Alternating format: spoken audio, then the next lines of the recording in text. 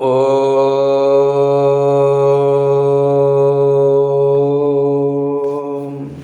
ஸ்ரீ குருப்யோ நமஹ.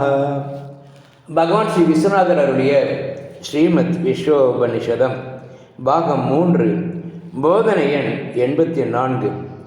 போதனா நாள் 21/6/1979 வியாழக்கிழமை. இகழ்ச்சி ஏற்படுவது ஆன்மீக முன்னேற்றத்திற்கு செடிக்கு உரம் போல திடம் தர வல்லது. புகழ்ச்சி மிக எளிதில் ஆன்மீகத்திற்கு தடை தந்து ஏமாற்ற வல்லது.